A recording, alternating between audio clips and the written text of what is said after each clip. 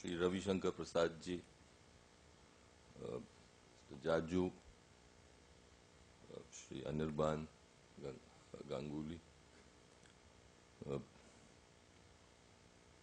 Thank you very much for inviting me to interact with you on Afghanistan, which is a country very dear to my heart. It is, of course, intimidating to speak, notwithstanding the honor and privilege of being here, to this distinguished audience, especially when there are public figures of the eminence of Ravi Shankar Prasad ji and our old guru, Mr. Jha, who is present here. Whenever one speaks on a subject of this nature in the presence of an old guru, it's like being subjected to an examination, and I hope I pass this examination today. I would also like to pay a tribute to the memory of the great patriot and nationalist in whose name this foundation which has organized this event stands. Shyama Prasad Mukherjee was a great educationist. He played a remarkable role in public affairs of India. And I think we were all as a country and as a nation poorer that he passed away at such a young age.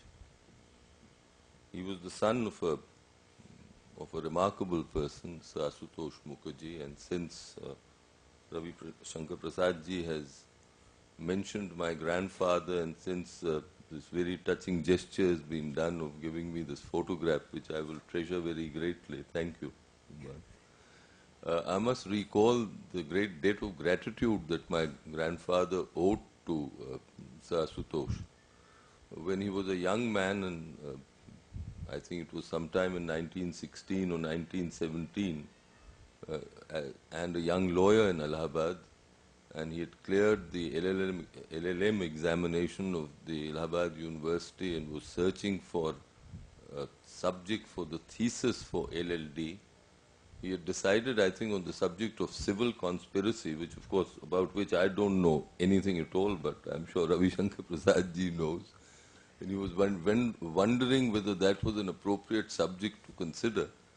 Sir Asutosh came to his rescue. He was visiting Allahabad, and at that stage he was a judge of the Calcutta High Court and one of the most eminent jurists of his time and beyond.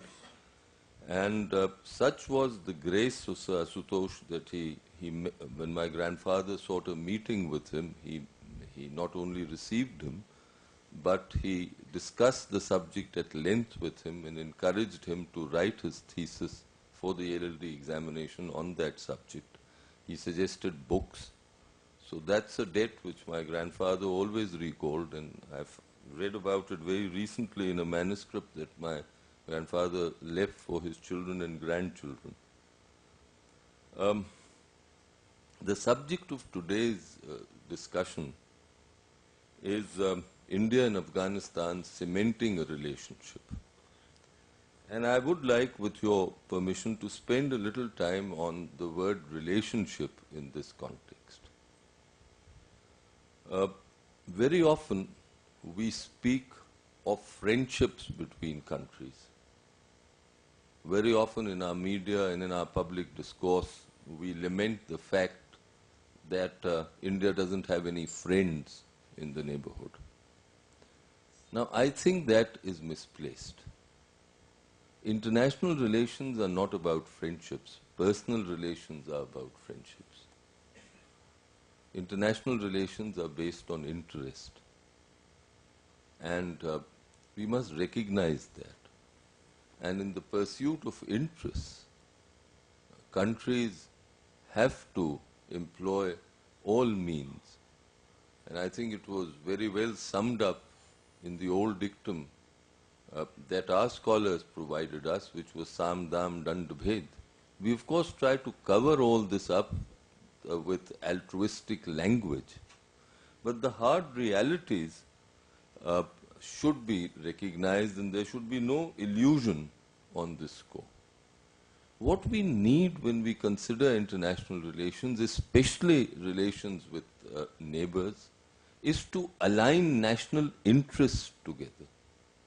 We have to constantly search for ways of seeing that that we and our neighboring countries go in the same direction, rooted in what are permanent interests. I think that is more important than a search for friendship. With Afghanistan, we have to look for a coincidence of interests. And it is such coincidence of interests that manifests itself in agreements. And we know that the very first agreement that the Afghans signed with any country relating to a strategic partnership, that was an agreement with India. They did that even before they did it with Pakistan. Now, in terms of interests, when we search for interests, then we've got to be conscious of long-term interests and immediate and short-term interests, and find ways and means of directing the short and medium-term interests in a manner that no contradictions arise between them and the long-term pursuits that we have. In Afghanistan, our long-term pursuits have to be a search for an equilibrium, for a balance which will permit peace and tranquility, so that our region becomes an appropriate area for free flows of trade, of energy, of peoples. Now, that is the vision that we must ensure that we have and the Afghan leadership has. It's unfortunate that there are some countries in our neighborhood, like Pakistan, who don't share that vision, even though they may claim that they have that vision. The short-term interests that we and the Afghans share is to ensure that the region is stable. And it is that which is important when we consider the context of 2014. Before I come to that, let me also mention that there has been a remarkable continuity in our foreign policy in terms of Afghanistan. I had the honor of serving, though at a very junior level, in the Foreign Office as Joint Secretary in charge of Pakistan, Iran and Afghanistan. And forgive this personal reference, between the years 1995 and 2001, and later as ambassador to Afghanistan between early 2002 and early 2005.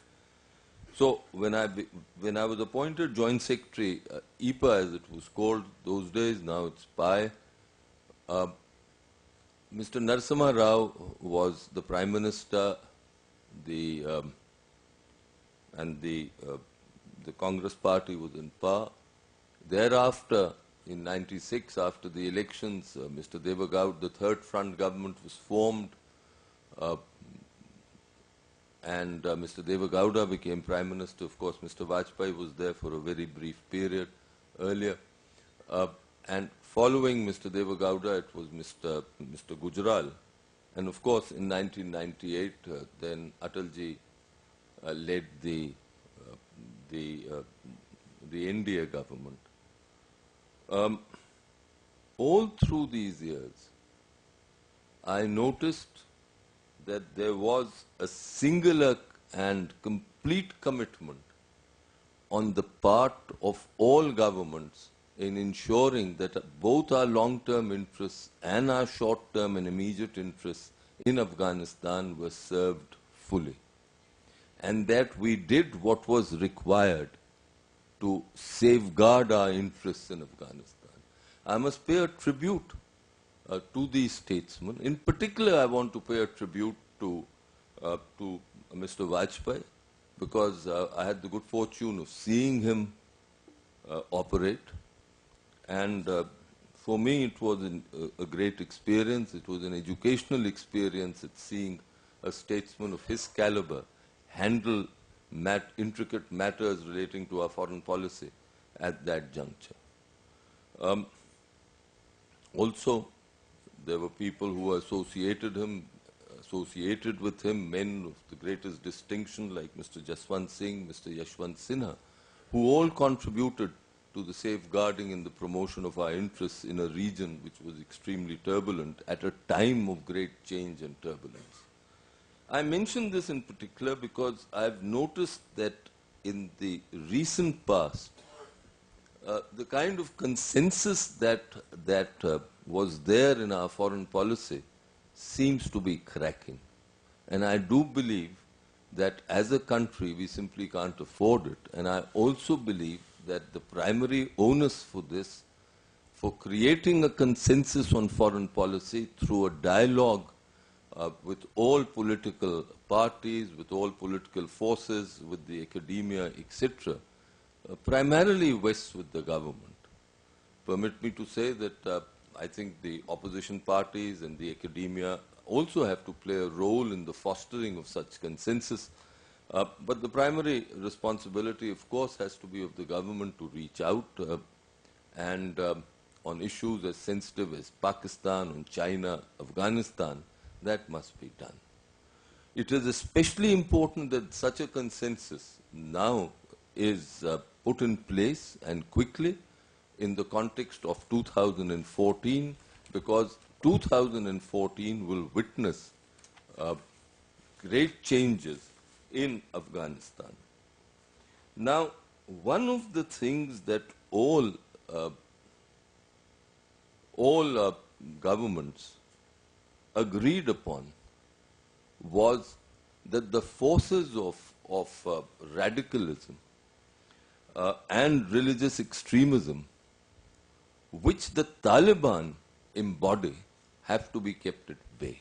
That these forces are bad for India and for Indian interests, as indeed they are bad for the future of Afghanistan, because large sections within Afghanistan, not only among the non-Pashtuns, and we'll come to that, but also among the Pashtuns, are extremely wary of what the Taliban represent and the values that the Taliban espouse. You all know about these values, so that I don't need to go into them in detail. But there's one fact about the Taliban's actions which I think we must recall and remember. It was sometime in the 98 that the Taliban issued an edict, and that is forgotten these days, Ravi Shankarji. And that edict was a demand that all Hindus in Afghanistan must wear a yellow cloth to distinguish themselves. The Taliban claimed that this was for the safety of the Hindus, because they said the Hindus were clean-shaven, whereas the Taliban had required that all persons must have beards, and naturally the Hindus had to be exempt from all this. But the fact is that the only other group and regime that I can recollect which wanted a specific group of people to wear a mark to distinguish themselves were the Nazis, and what the Nazis used to do with the Jews.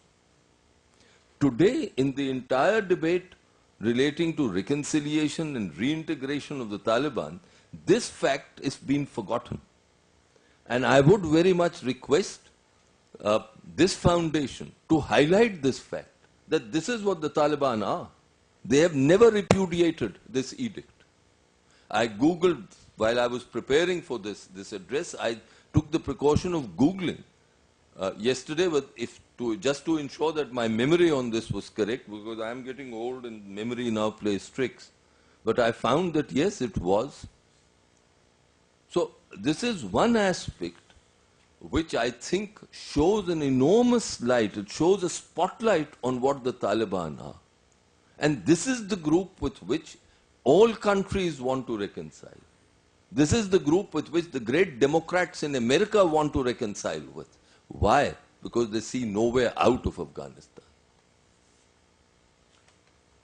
I feel very strongly about this, and I can share this with you, that I had the occasion to raise this with one Taliban leader in a particular setting which Anirban mentioned, but on which I will not go into details. And he told me, yes, something can be done about it. I told him, in principle, this is absurd. Now, in 2014, there will be 3 transitions that will take place in Afghanistan. There will be a political transition, there will be a security transition, and there will be an economic transition. 2014 will witness the presidential elections in Afghanistan. The Afghan constitution only permits the president to hold office for 2 terms. President Karzai will complete those 2 terms, and therefore someone else will have to be elected.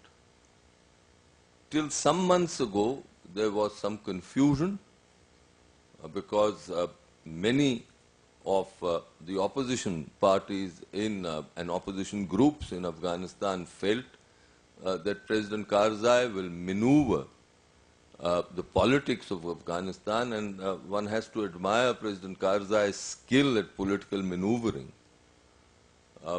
In a manner, he will maneuver all this in a manner that will create a situation where a 3rd term for him or an extension of the 2nd term for him will become inevitable.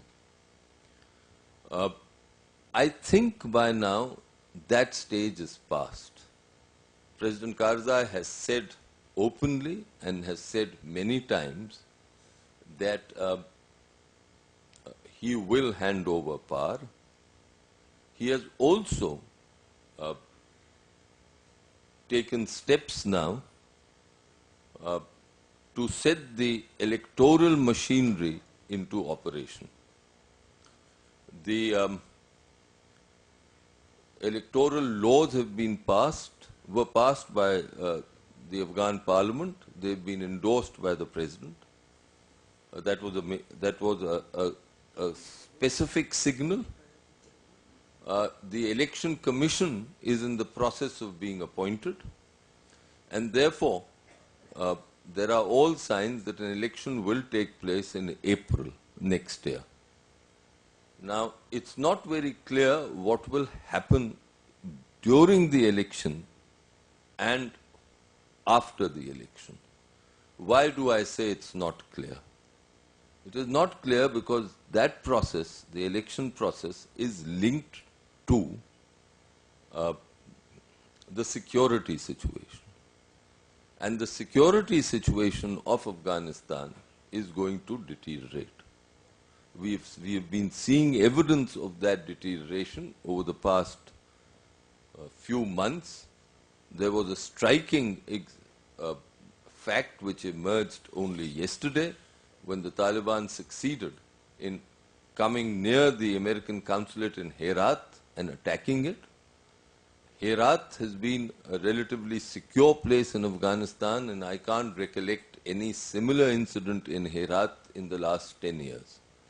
So it shows the reach of the Taliban and Taliban-friendly forces within Afghanistan now. The second problem with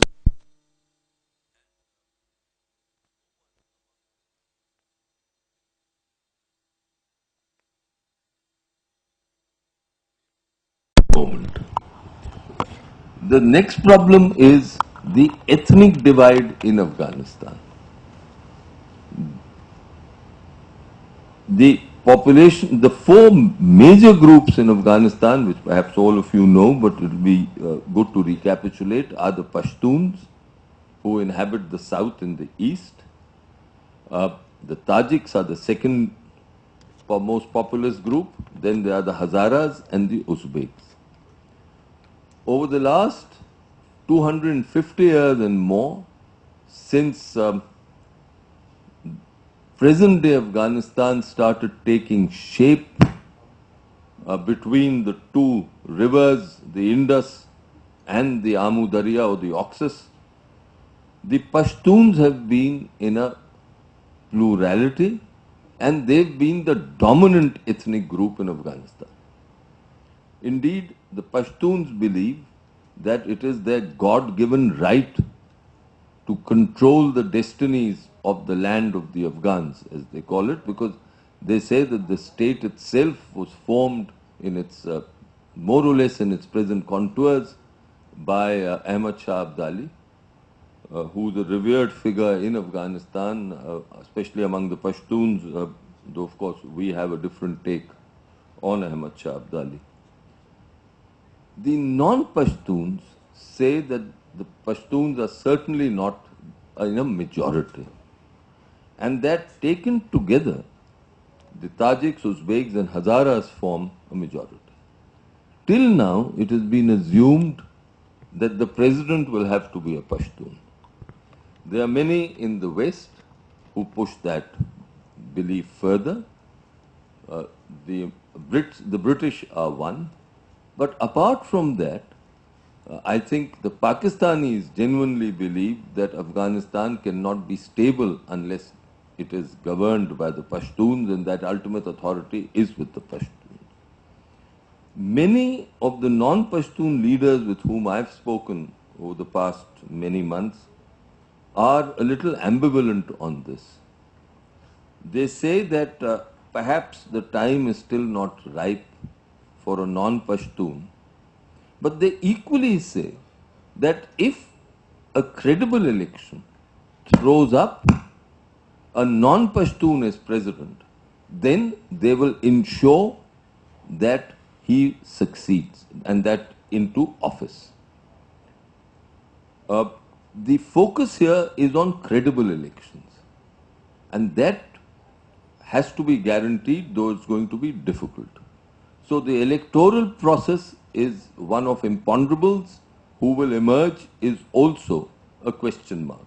As for President Karzai, as of now, he has said that he will not nominate one person to be, quote unquote, his candidate, though he has said, according to press reports, that the three persons who could be in this are Sayyaf, the old Mujahideen leader, Ashraf Ghani, the sociologist, and also a person who was the finance minister of Afghanistan during Mr. Karzai's early administrations. And the third person he's named is Dr. Abdullah Abdullah, who was his foreign minister but is now in the opposition. And Dr. Abdullah had contested the election against him the last time, and you know that it was very bitterly fought and contested. And Mr. Karzai and Dr. Abdullah didn't have happy memories of that election process. Why have I stressed this at such length, the electoral process and the political process? I've done this because there is a belief in Afghanistan and in the West, and a belief to which I subscribe more or less, that if there is a credible election and if the politics of Afghanistan holds, then the army will hold and the army will cohere.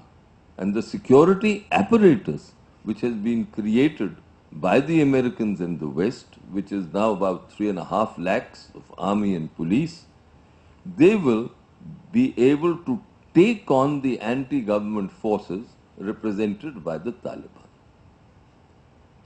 Now,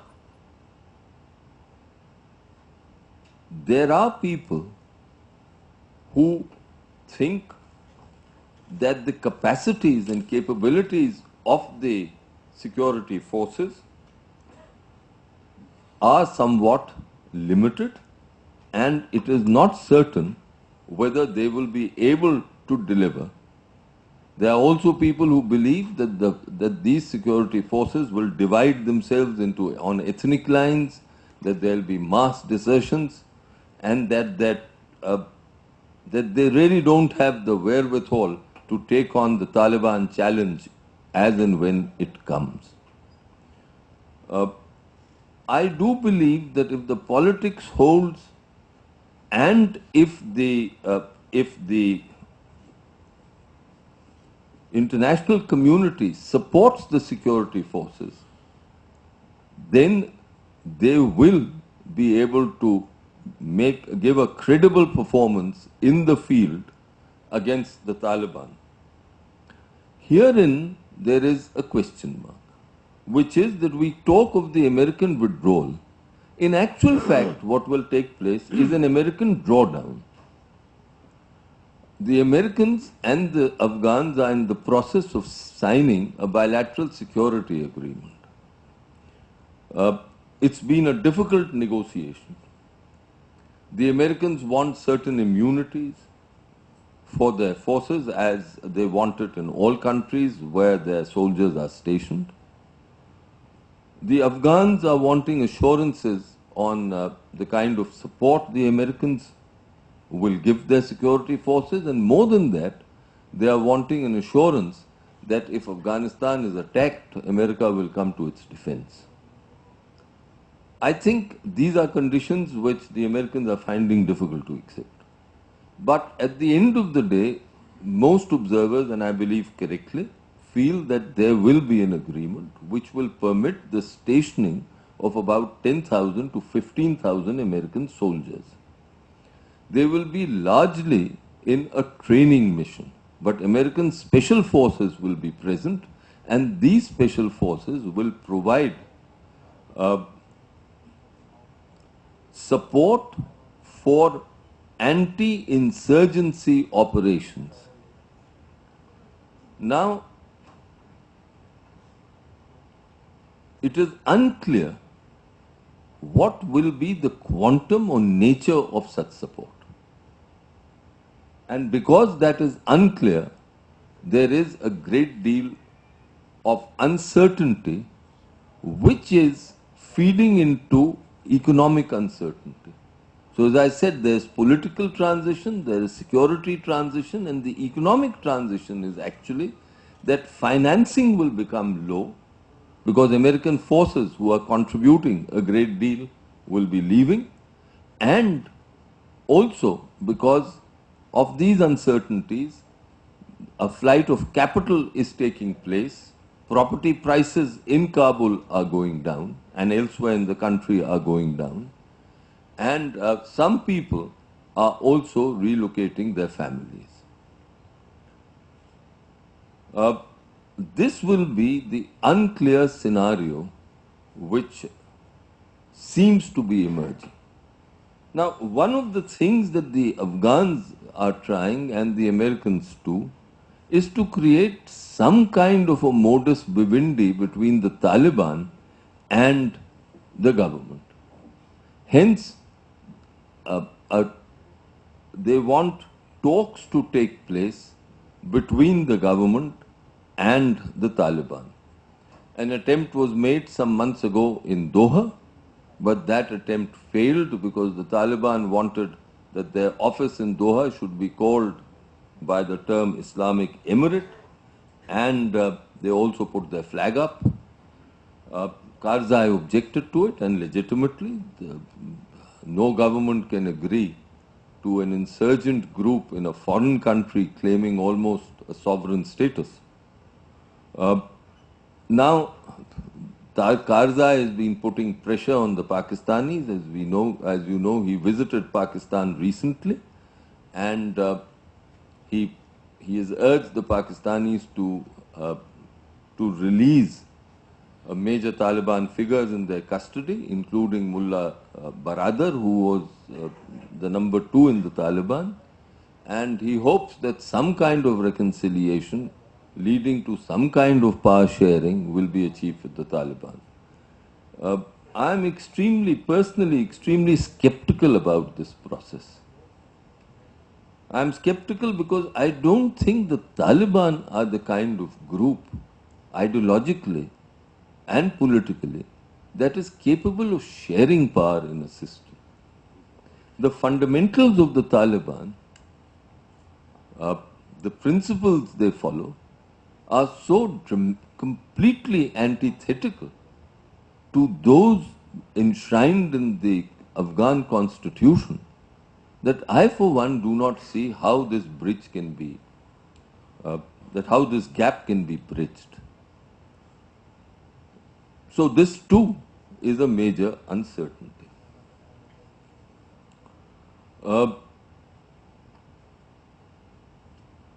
Through all this,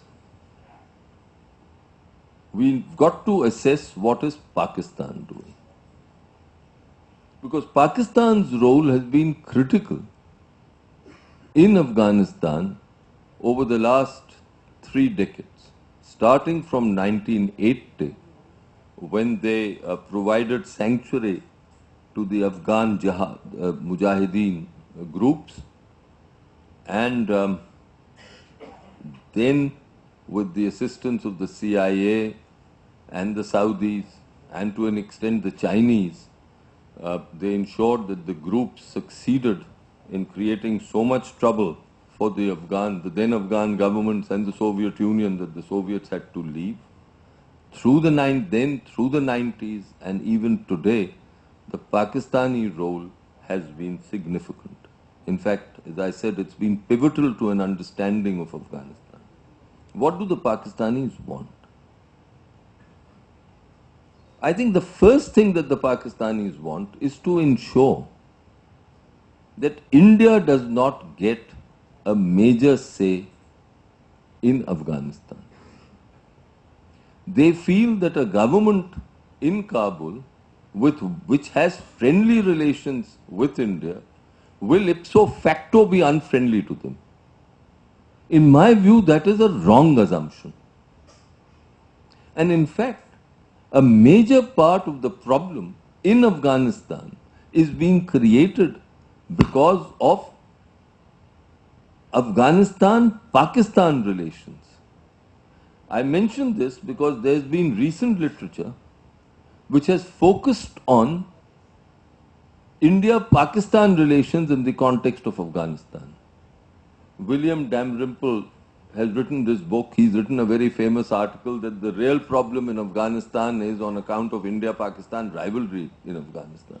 That is a load of absolute bunk.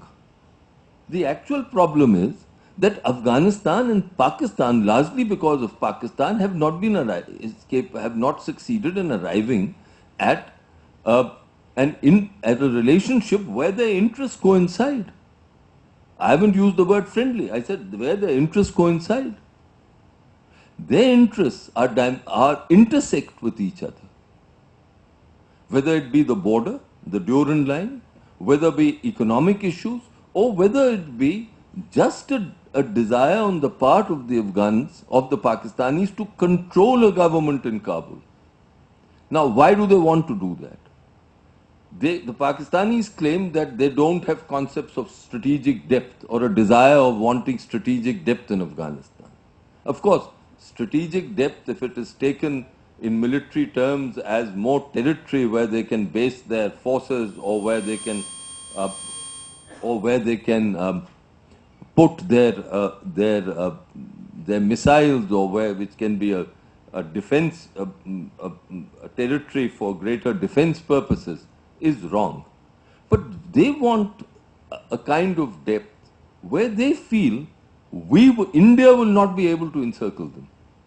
Now that is a completely misplaced notion.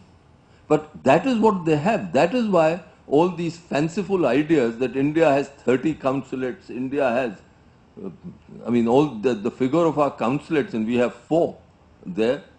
And I was in Kabul when these consulates were, 2 of them were reopened, that's Kandahar and Jalalabad, and 2 of them were established in Herat and in Mazar-e-Sharif. We have 4, but I keep reading about the figures, and these figures keep growing. They feel that Afghanistan is awash with Indian intelligence agents, and that we have been taking steps to create an anti-Pakistan atmosphere in Afghanistan.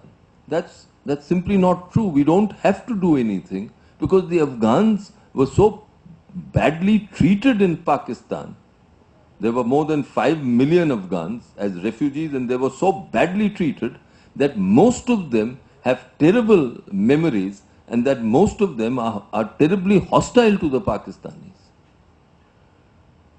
Uh, how far will the Pakistanis go? In my view, the Pakistanis will seek to do everything that will ensure that their instruments, the Taliban, get a decisive role in Afghan affairs, especially in areas that are adjoining Pakistan, which are the Pashtun areas, the south and the east. That is a factor that we must recognize. Will that be a negative development for India? I believe yes. I know that there are many scholars today and many of our former diplomats who feel that that if this were to happen, the Pakistanis will get embroiled in something which will ensure that their energies are diverted to the maintenance of the kind of structures they would have helped to create in Afghanistan, in south and eastern Afghanistan. I think that that's a naive belief. But we should look at the facts. If the Pakistanis succeed in this, then they would have succeeded in two things. One, that any of the long-term interests that India and Afghanistan share can be interrupted for a foreseeable future, and in the short term, the sheer manpower that will be available to them to play mischief and to be motivated to play mischief in India will grow. Now, at this stage, what should we do? And I'll take a few minutes of your time on this, and then perhaps we can have questions. One, I think we must, and this has been a great achievement of our diplomacy, which is not often recognized, which is that we must ensure that India is never out of any international diplomatic efforts in Afghanistan. Why do I mention this? I mention it because in the 90s, the Pakistanis exercised an effective veto on India's role in Afghan affairs, in international diplomacy on Afghanistan. The structures that were created were, one was 6+2, which was the 6 neighbors of Afghanistan, Russia and the Americans, and India was out of that. As late as 2009, there was a meeting in Istanbul convened by the Turks, and the Pakistanis leaned on the Turks to ensure that India was not invited to that meeting. I think the Afghans by now, and the West in general, recognizes that India has a role and that India must be in all these groups that look at Afghanistan.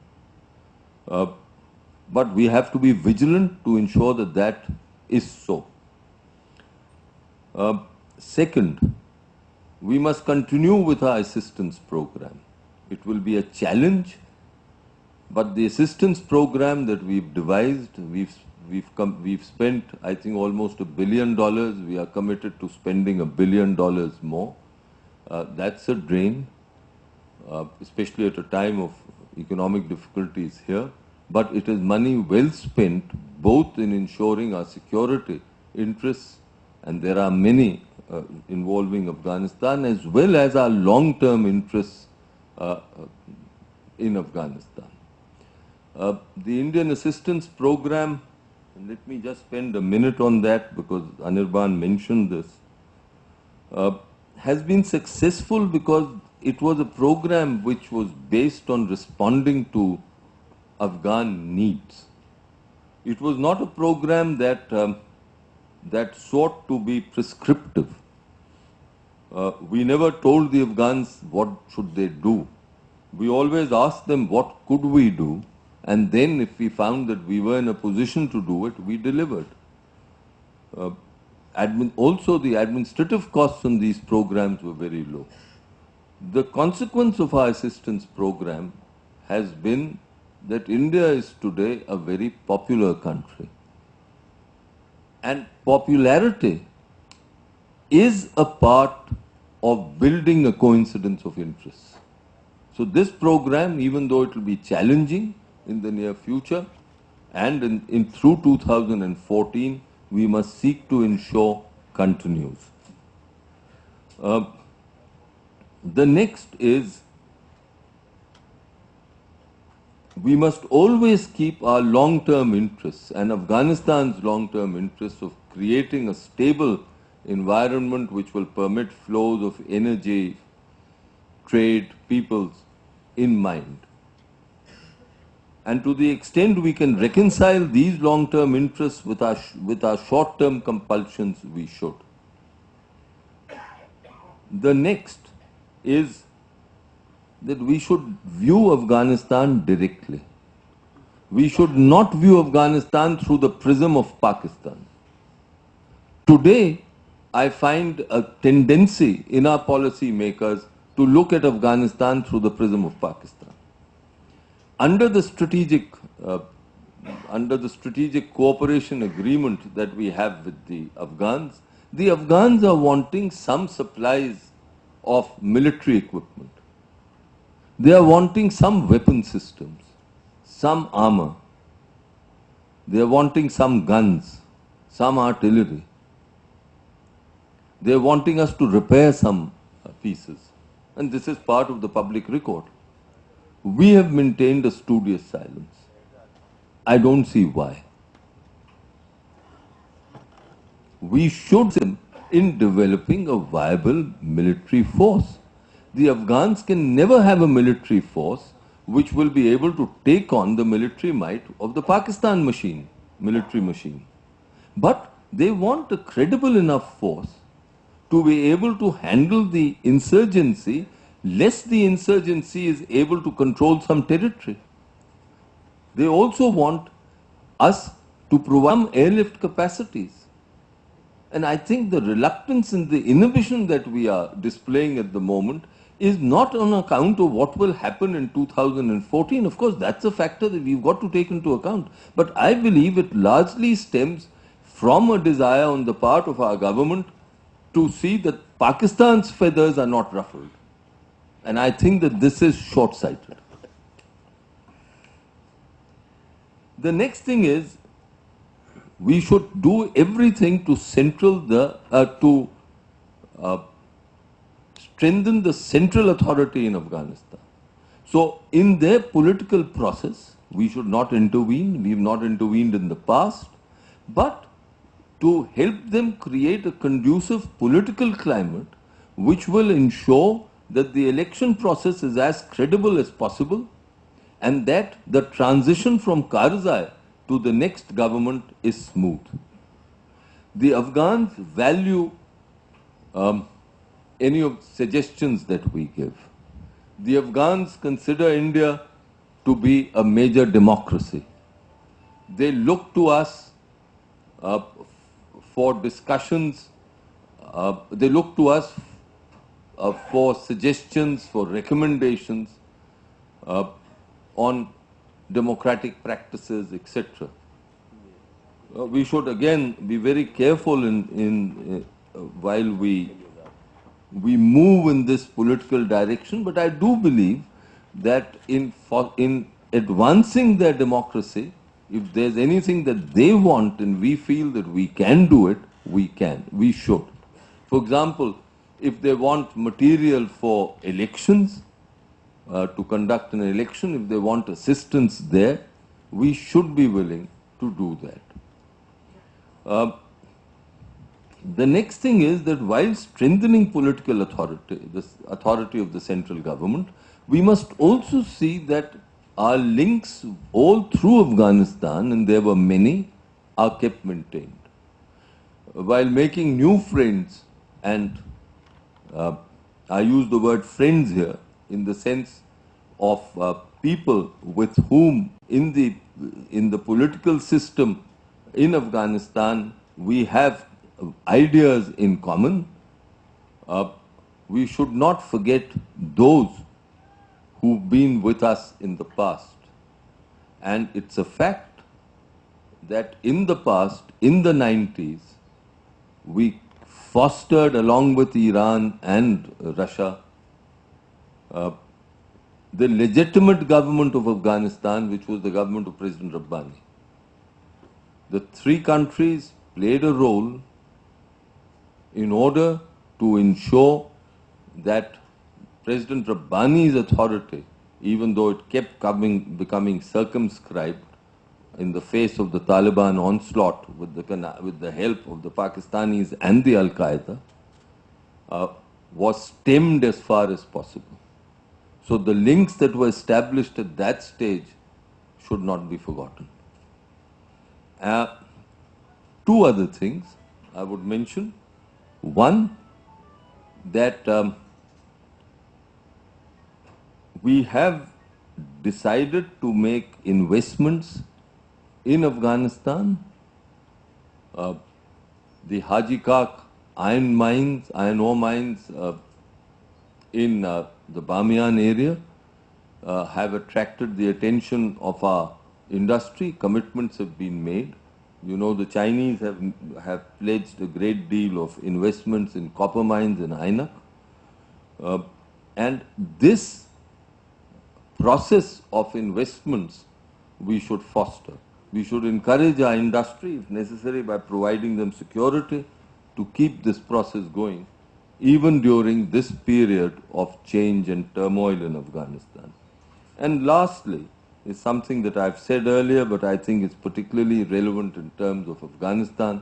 The consultative process within our system on Afghanistan needs to be expedited. I do not know, and perhaps Sri Ravi Shankar Prasad ji can enlighten us, whether the government discusses Afghanistan with him. After all, he has the responsibility of the neighboring countries within the principal opposition party, the BJP, because that process is very, very important at this stage, I feel. The future in Afghanistan is full of imponderables. We've got to navigate our diplomacy with prudence and wisdom during the next few years, keeping in mind our long-term and Afghanistan's long-term interests and our short-term compulsions.